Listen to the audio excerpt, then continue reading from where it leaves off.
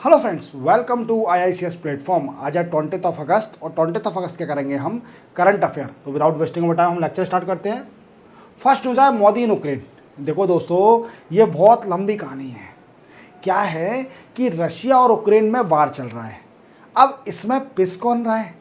जो different different country है वो इसमें पिस रही हैं इन टर्म ऑफ इकोनॉमिकल और blaming on that particular country. जैसे इंडिया के ऊपर ब्लेम लगाया जा रहा है कि वो रशिया का सपोर्ट कर रही है इवन इन यूक्रेन और रशिया के बारे में। जैसे कि क्या हुआ था कोइंसिडेंटली, जैसे मैं आपको बताता हूँ कि मोदी साहब रशिया गए थे अभी कुछ टाइम पहले, अगस्त के महीने में रशिया गए थे।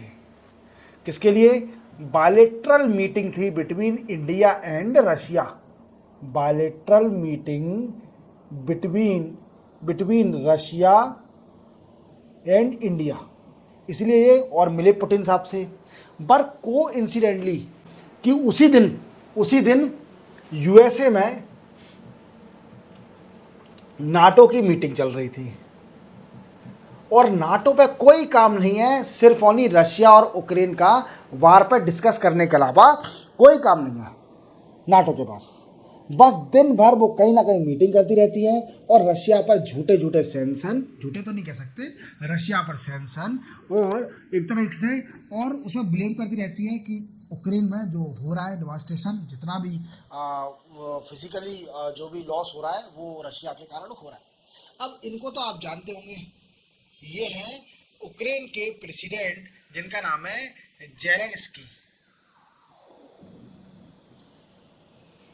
ये पर्सन मतलब जब से 2 साल 3 साल हो गए यूक्रेन वार और रशिया के वार को, ये पर्सन इतना चालू आदमी लग रहा है मुझे, क्योंकि ये पर्सन हर कंट्री से पहले तो भीख मांगता है, मुझे बचा लो मुझे बचा लो।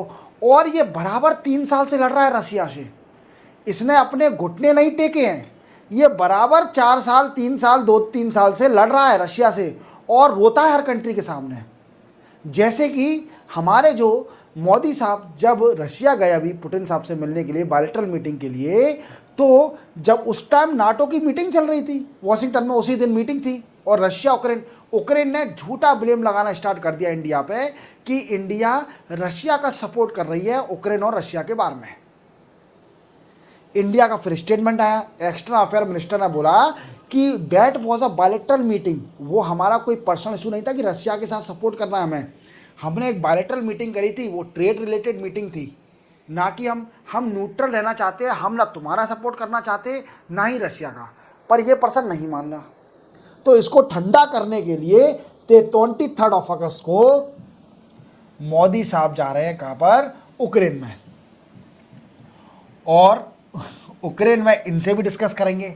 आ जाओ भैया, तुम भी खुश रहो, तुम्हारी कंट्री में भी आ गए, तुम्हें सलाह देंगे कि भैया हम न्यूट्रल रहना चाहते हैं, हम किसी का सपोर्ट नहीं कर रहे हैं। समझ में आया आपको? तो ये पर्सन बड़ा ही खुश हुआ कि यार मोदी साहब आ रहे हैं।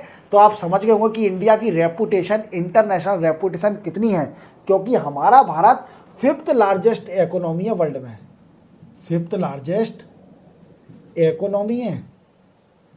तो हमारी कंट्री की वैल्यू बहुत है, हमारी कंट्री का पार्टिसिपेशन बहुत है, होना बहुत ज़रूरी है। तो जेलेंस्की साहब से मुलाकात करेंगे और ये बायलेटरल रिलेशन के ऊपर डिस्कस करेंगे। Bilateral relation,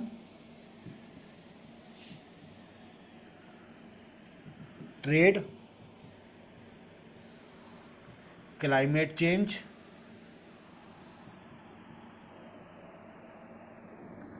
energy, infrastructure, people to people ties,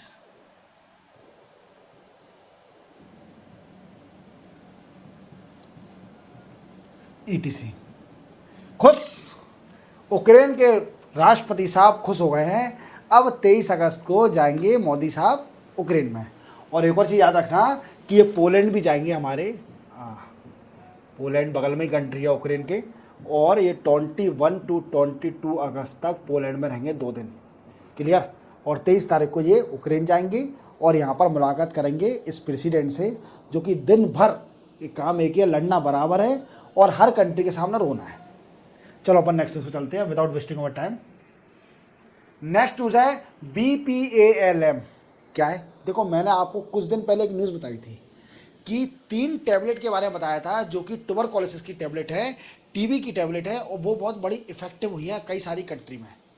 और WHO जो वर्ल्ड हेल्थ ऑर्गेनाइजेशन है उसने भी इस टैबलेट को रिकमेंड किया था कि सारी कंट्री को इस टैबलेट को एडॉप्ट करना चाहिए, क्योंकि इसका ट्रीटमेंट सिर्फ ओनली 6 मंथ है।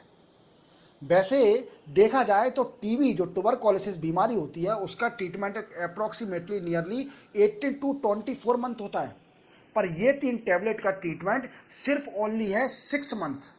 तो ये कौन सी टैबलेट है और इंडिया इसको एडॉप्ट कैसे करेगी, और ये कई सारी कंट्री में इफेक्टिव रही है, और इस टैबलेट से मोर्टेलिटी भी रिड्यूस हो जाती है, मरने का परसेंटेज भी रिड्यूस हो रहा है। पहले टीबी के पेशेंट को कई सारी टैबलेट खानी पड़ती थी जिसमें कई सारी टैबलेट थी, और मोर्टेलिटी 17 to 18% मोर्टेलिटी थी, मरने का चांस। अब इस टैबलेट से 5 to 6% सिर्फ ओनली मोर्टेलिटी रेशो गिर गया है मरने का। तो वो कौन कौन सी टैबलेट है, तो फुल फॉर्म जान लीजिए। सबसे पहला है beda, bedaquiline, B for bedaquiline, P for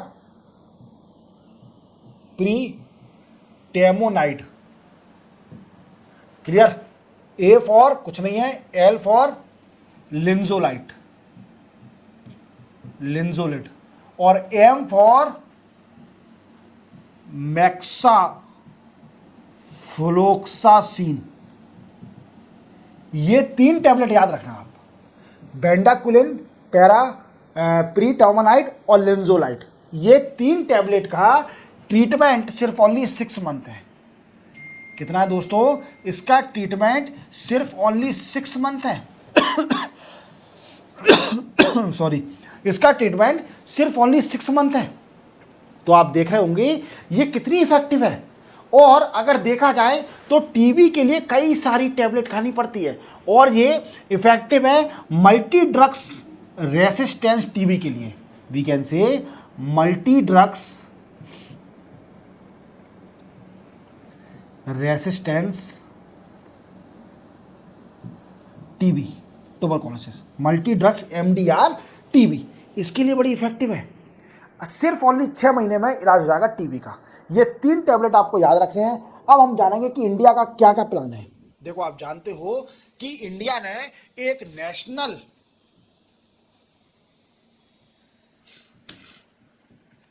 TB elimination programme start किया है। क्या करा है? National TB elimination programme start किया है। इस प्रोग्राम का एम क्या है? हमारे इंडिया से टीबी को खत्म करना, जो ट्यूबरकुलोसिस की बीमारी है उसको खत्म करना बाय 2025 तक। बाय 2025 तक हमारे देश से टीबी को खत्म करना, इसका प्रोग्राम है।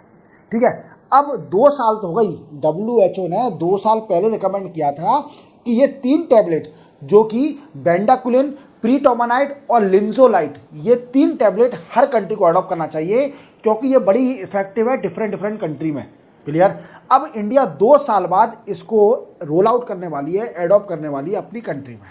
इसके लिए इंडिया 6 ट्रेनिंग सेंटर बनाएगी। इंडिया के अंदर 6 ट्रेनिंग सेंटर बनाएगी, और एक training centre, single training sector, we can say centre cover 5 to 6 state, 5 to 6 state को कवर करेगा ये सेंटर। अब देख रहे हो, एक ट्रेनिंग सेक्टर जो सेंटर है वो 5 to 6 स्टेट को कवर करेगा, और 6 ट्रेनिंग सेंटर बनाने जा रही है इंडिया इस टीबी के ड्रग्स को एडॉप्ट करने के लिए। अब वो कहाँ बनाने जा रही है, तो ये भी क्वेश्चन बनता है। तो सबसे पहला देखो, आप बता देता हूं, सबसे पहला बनेगा महाराष्ट्र में। ठीक है, इसके बाद यूपी, इसके बाद चंडीगढ़, बाद नहीं साथ में बना देंगे 6 की 6। ठीक है, Chandigarh, then after Goa, Karnataka, and last है कोलकाता। कोलकाता। यहाँ पर 6 ट्रेनिंग सेंटर बनेंगे जो कि 5 से 6 स्टेटों कवर करेंगे। और आपको मैंने बता दिया कि 2025 तक इंडिया का प्लान है कि टीबी का केस खत्म करना है। और आप देखिए, एक और स्टडी बताता हूँ मैं आपको कि इंडिया में अगर देखा जाए ग्लोबली जो केस होते हैं टीबी के, उसका 26% तो सिर्फ ओनली इंडिया में ही है केस। अगर ग्लोबली देखा जाए तो 100% ट्यूबरकुलोसिस के केसेस में से 26% केस तो सिर्फ ओनली इंडिया के अंदर है। तो कितनी बड़ी गलत बात है, इसको देखना पड़ेगा हमें। तो महाराष्ट्र, यूपी, चंडीगढ़, गोवा, कर्नाटका और कोलकाता में ये 6 सेंटर बनने जा रहे हैं और 2024 तक खत्म करना है। और टेबलेट का नाम क्या है? बेंडाक्विलिन, प्रीटोमनाइड और लिंजोलाइड और मैक्साफ्लोक्सिसिन। याद रखोगे। चलते अपन नेक्स्ट न्यूज पर। नेक्स्ट न्यूज है यूएस वॉर्न इंडियन कंपनी। क्या है? यूएस ने कुछ इंडियन कंपनी को वॉर्न करा है कि वो रशिया को डुअल यूज टेक्नोलॉजी एक्सपोर्ट ना करें। क्यों ना करें? क्यों ना करें, ये सबसे बड़ा क्वेश्चन बनता है कि हम क्यों ना करें। समझ रहा मेरी बात को? तो इंडिया की कई सारी कंपनी हैं जो कि यूएसए बोल रही है कि यूएसए कह रही है कि रशिया को डुअल यूज टेक्नोलॉजी एक्सपोर्ट कर रही है इंडिया टू रशिया। कई सारी कंपनी इंडिया की। अब डुअल यूज टेक्नोलॉजी क्या होता है? A technology use for both, that is civilian के लिए भी यूज करी जा सकती है और मिलिट्री पर्पस के लिए भी यूज करी जा सकती है। मिलिट्री पर्पस और सिविलियन दोनों के लिए यूज करी जाती है, उसको बोलते हैं डुअल यूज टेक्नोलॉजी। अब वो कौन कौन सी चीजें हैं? तो वो है जैसे मान लीजिए electronic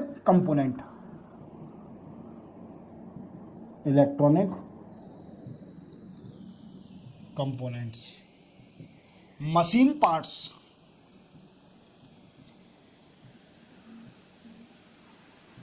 drones, software for drones, etc. क्या है दोस्तों, रशिया के पीछे क्यों पड़ा हुआ है यूएस क्यों मना कर रहा है इंडिया को कि जो डुअल यूज टेक्नोलॉजी है इंडियन कंपनी एक्सपोर्ट ना करे रशिया को? देखो अभी अप्रॉक्सीमेटली चाइना की 300 कंपनी को यूएसए ने सेंशन लगा दिया है, बैन कर दिया है, क्योंकि वो डुअल यूज टेक्नोलॉजी एक्सपोर्ट कर रही थी रशिया को। अब रशिया के पीछे क्यों पड़ा है? देखो आप जानते हो कि रशिया और यूक्रेन का वार चल रहा है और रशिया के ऊपर फाइनेंशियल एज वेल एज कई सारे सेंक्शन लगा दिए वेस्टर्न कंट्री ने।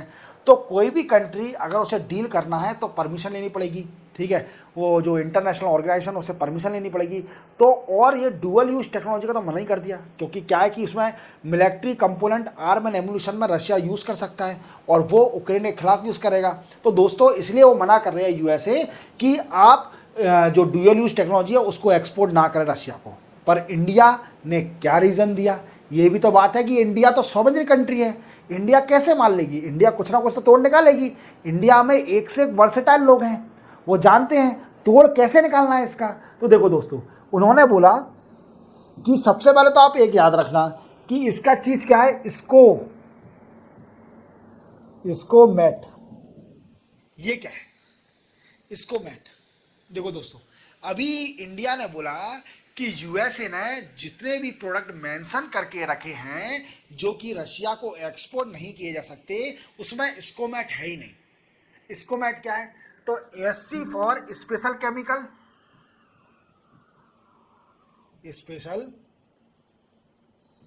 Chemicals, O for organism, M for material, E for equipment,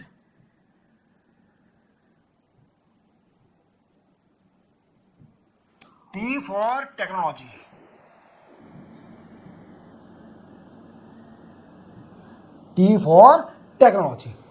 तो इंडिया ने बोला कि यूएसए ने अपने जो रशिया एक्सपोर्ट में सेंक्शन लगाया उसमें इसकोमैट मेंशन ही नहीं करा, तो हम तो एक्सपोर्ट करेंगे। इंडिया कैसे हमारी कंपनी में सेंक्शन लगा सकती है जब यूएसए ने इसकोमैट मेंशन ही नहीं करा?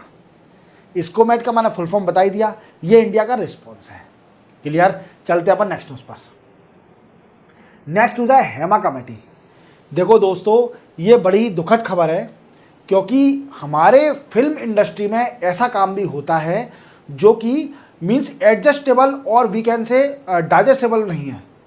क्योंकि आप जानते हो कि कई बार आपने सुना होगा कि जो फेवर दिया जाता है, जो कि फिल्म स्टार के बड़े बड़े बच्चे होते हैं, उन लोगों को ज़्यादा फेवर मिलता है, ठीक है। और क्योंकि उनको फिल्म ज़्यादा, और जो न्यू कमर होते हैं बड़ा ही स्ट्रगल करना पड़ता है उन्हें फिल्म के अंदर। क्या करना पड़ता है? फिल्म के अंदर कई सारा स्ट्रगल करना पड़ता है। क्लियर। आप देखते हो बड़े बड़े हीरो हैं, बॉलीवुड के हीरो हैं, मैं किसी पर्टिकुलर का नाम लेना नहीं चाहूँगा, उनके बच्चे कितनी पिक्चर मिल जाती है उनको, और जो न्यू कमर होता है उसे बड़ी रेयरली मूवी मिलती हैं कोई मूवी करने के लिए, या फिर उसे कुछ ऐसी एक्टिविटी, इलीगल एक्टिविटी करना पड़ता है with a higher authority in film industry, that is producer, director और बड़े बड़े डायरेक्टरों के साथ, जो कि हमारे इंडिया में इलीगल मानी जाती है। और वुमेन की तो ज़्यादा ही बुरी कंडीशन है। समझ रहे हो आप मेरी बात को? तो क्या हुआ था कि केरला हाईकोर्ट में एक केस गया था, मलयालम फिल्म इंडस्ट्री का एक केस गया था मलयालम फिल्म इंडस्ट्री का, कि यहाँ पर वुमेन का सेक्सुअल एक्सप्लॉयटेशन होता है। सेक्सुअल एक्सप्लॉयटेशन होता है। क्या होता है? सेक्सुअल एक्सप्लॉयटेशन, और जिसको हम बोलते हैं कास्टिंग काउच, कास्टिंग काउच भी होता है। क्लियर। अब मलयालम जो केरला की गवर्नमेंट है, इसने इसका रिपोर्ट, इसकी रिपोर्ट देने के लिए एक कमेटी सेटअप करी, एक कमेटी सेटअप करी 2017 में। 2017 में एक कमेटी सेटअप करी जिसका नाम था हेमा कमेटी। हेमा कमेटी। ये कमेटी ने क्या किया, अभी इसकी रिपोर्ट आ गई है, और ये बहुत बड़ी रिपोर्ट है, अप्रॉक्सीमेटली 275 पेज की रिपोर्ट है, जिसमें ये क्लियर कर दिया कि मलयालम फिल्म इंडस्ट्री में सेक्सुअल एक्सप्लॉयटेशन होता है, कास्टिंग काउच होता है, वुमेन की बड़ी दिक्कत है, वुमेन को सेक्सुअल एक्सप्लॉयटेशन किया जाता है, और इसके अंदर इलीगल बैन भी किया जाता है। जो बड़े बड़े प्रोड्यूसर, डायरेक्टर और एक्टर होते हैं, वो न्यू कमर अगर कंप्रोमाइज़ नहीं करती है वुमेन, तो उसको बैन कर दिया जाता है। क्या कर दिया जाता है? बैन कर दिया जाता है। और इसमें कई सारी बातें बताई गई, कि इसमें कई सारी प्रूफ भी दिए हेमा कमेटी ने। उनके पास मैसेज, व्हाट्सएप के मैसेज, इवन ऑडियो और वीडियो क्लिप भी हैं, जिसको ये प्रूफ देता है कि मलयालम फिल्म इंडस्ट्री के अंदर कास्टिंग काउच होता है, वुमेन को सेक्सुअली एक्सप्लॉयटेशन किया जाता है, और उसकी बहुत बुरी कंडीशन है, इवन अनहाइजेनिक कंडीशन में रखा जाता है। जो कि न्यू कमर होते हैं उनको अनहाइजेनिक कंडीशन में रखा जाता है। अगर वो कंप्रोमाइज़ नहीं करती हैं किसी बड़े डायरेक्टर, प्रोड्यूसर और फिल्म एक्टर के साथ, तो उनका इलीगल बैन हो जाता है। और ये बात उन्हें बोली है हेमा कमेटी ने, कि बहुत ज़्यादा ही एक्सप्लॉयटेशन है, नए कमर के साथ उसे कंप्रोमाइज़ करना ही पड़ता है वुमेन को। अगर वो कंप्रोमाइज़ नहीं करती है तो वो एक्ट्रेस नहीं बन पाएगी, ये तक बोला है।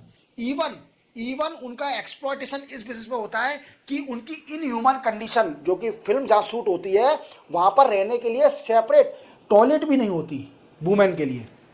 आप देख सकते हैं कितना गलत हो रहा है। उनके लिए सेपरेट टॉयलेट की भी व्यवस्था नहीं होती अरेंजमेंट की। इवन जो कंडीशन रहती है रहने का, वो भी बहुत वनरेबल कंडीशन में रहते हैं। और उनकी तो, ये तो एक्ट्रेस की बता रहा हूँ सिर्फ, और उनका सोचिए जो कि बैकग्राउंड में डांस करती हैं, जो कि सपोर्टिंग एक्ट्रेस रहती हैं, उनकी क्या कंडीशन होती होगी, उनकी क्या कंडीशन होती होगी।